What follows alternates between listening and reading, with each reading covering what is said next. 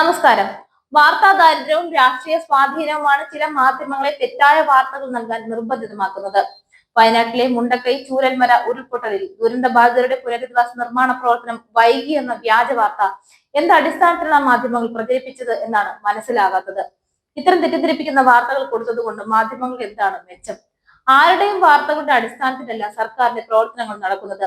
ജനസേവനം നിർവഹിക്കുന്നുവെന്ന് വരുത്തി തീർക്കാൻ PR work നടത്തേണ്ട ആവശ്യവും സർക്കാരിനില്ല. ആകെ കൂടി പുനരധിവാസവുമായി ബന്ധപ്പെട്ട വിഷയത്തിൽ സർക്കാർ പ്രതികരിച്ചതും ആവശ്യപ്പെടുന്നതും കേന്ദ്രം ഫണ്ട് നൽകണമെന്ന് തന്നെയാണ്. അത് ജനങ്ങൾക്ക് വേണ്ടിയാണെന്നും ആ കാര്യം നാടിന് മുഴുവനും ബോധ്യവുമാണ്. ദുരന്തമുണ്ടായി 2 മാസം പൂർത്തിയാകുന്നതിന് മുമ്പ് തന്നെ ദുരന്ത നിവാരണ നിയമപ്രകാരം ഭൂമി ഏറ്റെടുക്കാൻ സർക്കാർ തീരുമാനിച്ചു. ആ സർക്കാർ ഉത്തരവാണ് ഇപ്പോൾ കോടതി അംഗീകരിച്ചതെന്ന് മന്ത്രി K. രാജൻ ചൂണ്ടിക്കാട്ടിയിട്ടുണ്ട്. സർക്കാർ എടുത്ത സമയം ഒട്ടും വൈകിയതല്ല എന്നാണ് കോടതിക്ക് ബോധ്യപ്പെട്ടത്.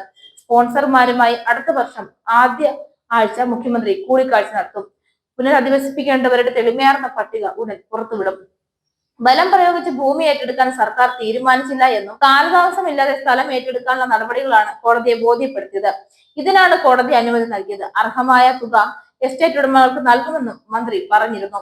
തോട്ടം ഏറ്റെടുക്കുന്നതിനെതിരായ ഉടമകൾ നൽകിയ ഹർജി തള്ളിയ ഹൈക്കോടതി അർഹമായ നഷ്ടപരിഹാരം നൽകി പുനരധിവാസത്തിനായി ഭൂമി ഏറ്റെടുക്കാമെന്ന് നിർദ്ദേശിക്കുകയായിരുന്നു. തോട്ടം ഏറ്റെടുക്കുന്നതിനെതിരെ ഹാരിസൺ എൽസ്റ്റോൺ ഉടമകളായിരുന്നു കോടതിയെ സമീപിച്ചത്. ഭൂമി ഏറ്റെടുക്കുന്നതുമായി ബന്ധപ്പെട്ട സർവേ നടപടികൾ ഉടൻ ആരംഭിക്കാമെന്നും ഭൂമി ഏറ്റെടുക്കുമ്പോൾ ഉടമകൾക്ക് നഷ്ടപരിഹാരം നൽകണമെന്നുമാണ് കോടതി വിധി. ഭൂമി അളന്ന് തിട്ടപ്പെടുത്താൻ സർക്കാരിന് സൗകര്യം നൽകണമെന്നും ഹൈക്കോടതി നിർദ്ദേശിച്ചു. ഭൂമി ദുരന്ത നിവാരണ നിയമപ്രകാരമാണ് ഏറ്റെടുക്കുക. 127.11 ഹെക്ടർ ഭൂമിയാണ് മാതൃകാ ടൗൺഷിപ്പ് സ്ഥാപിക്കുന്നതിന് സർക്കാർ ഏറ്റെടുക്കുന്നത്.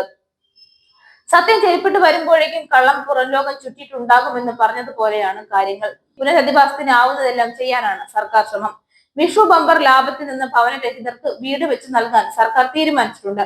ഇത്രയും ഗുണപരമായ വാർത്ത പക്ഷേ അധികം ആരും കേട്ട് കാണില്ല. 9.5 കോടി രൂപ ഇതിനായി വിനിയോഗിക്കാനാണ് സർക്കാർ തീരുമാനിച്ചിരിക്കുന്നത്. 160 പേർക്ക് വീടുകൾ ലഭിക്കും. സംസ്ഥാന ഭാഗ്യക്കുറി ഏജന്റുമാരുടെയും വിൽപ്പനക്കാരുടെയും ക്ഷേമനിധി ബോർഡിൽ അംഗങ്ങളായ വീടില്ലാത്തവരെയാണ് ഇതിൽ പരിഗണിക്കുക. ഭാഗ്യക്കുറി ഏജന്റുമാരുടെയും വിൽപ്പനക്കാരുടെയും ക്ഷേമനിധി ബോർഡിലെ ഭവനരഹിതരായ അംഗങ്ങൾക്കുമായി വീട് നിർമ്മിച്ചു നൽകാൻ വിറ്റഴിച്ച വിഷു ബമ്പറിന്റെ ലാഭവിഹിതത്തിൽ നിന്നാണ് പദ്ധതി നടപ്പിലാക്കുക.